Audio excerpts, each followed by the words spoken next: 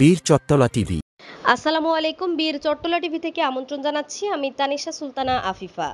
প্রায় ২০ লক্ষাধিক টাকা মূল্যের হেরোইন সহ চিহ্নিত এক মাদক কারবারিকে গ্রেফতার করেছে সিটিটিসি।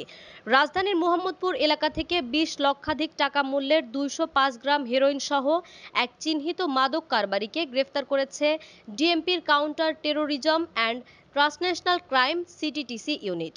গ্রেফতারকৃতের নাম মোহাম্মদ খোরশেদ ৪৭। রবিবার ২৫শে মে ২০২৫ খ্রিস্টাব্দ বিকেল আনুমানিক ৫টা ৪৫ ঘটিকায় মোহাম্মদপুর থানাধীন মিরপুরগামী রোডের অনুরাগ হোটেলের উত্তর পাশে অভিযান পরিচালনা করে তাকে গ্রেফতার করা হয়। সিটিটিসি সূত্রে জানা যায়, রবিবার বিকেলে সিটিটিসির রিসার্চ অ্যান্ড ডেভেলপমেন্ট বিভাগের একটি টিম ঢাকা মহানগর এলাকায় বিশেষ অভিযান পরিচালনাকালে গোপন সংবাদের ভিত্তিতে জানতে পারে মোহাম্মদ থানাধীন মিরপুরগামী রোডের অনুরাগ হোটেলের উত্তর দিকে কয়েকজন মাদক কারবারি মাদক দ্রব্য হেরোইন ক্রয় বিক্রয়ের উদ্দেশ্যে অবস্থান করেছে। এমন সংবাদের প্রেক্ষিতে টিমটি সেখানে অভিযান পরিচালনা করে মোহাম্মদ খোরশেদকে গ্রেফতার করে। এ সময় তার হেফাজত হতে ১৫০০ পুরিয়া হেরোইন উদ্ধার করা হয়।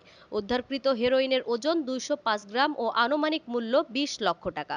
এ সময় তার সাথে থাকা মোহাম্মদ আদিল ও ফাইজার সহ কয়েকজন মাদক কারবারি কৌশলে দৌড়ে পালিয়ে যায়।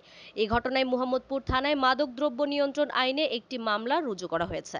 প্রাথমিক জিজ্ঞাসাবাদে জানা যায়, গ্রেফতারকৃত খোরশেদ ও পলাতক ব্যক্তিরা হেরোইন ক্রয় বিক্রয়ের জন্য ঘটনাস্থলে অবস্থান করেছিল বলে স্বীকার করেছে।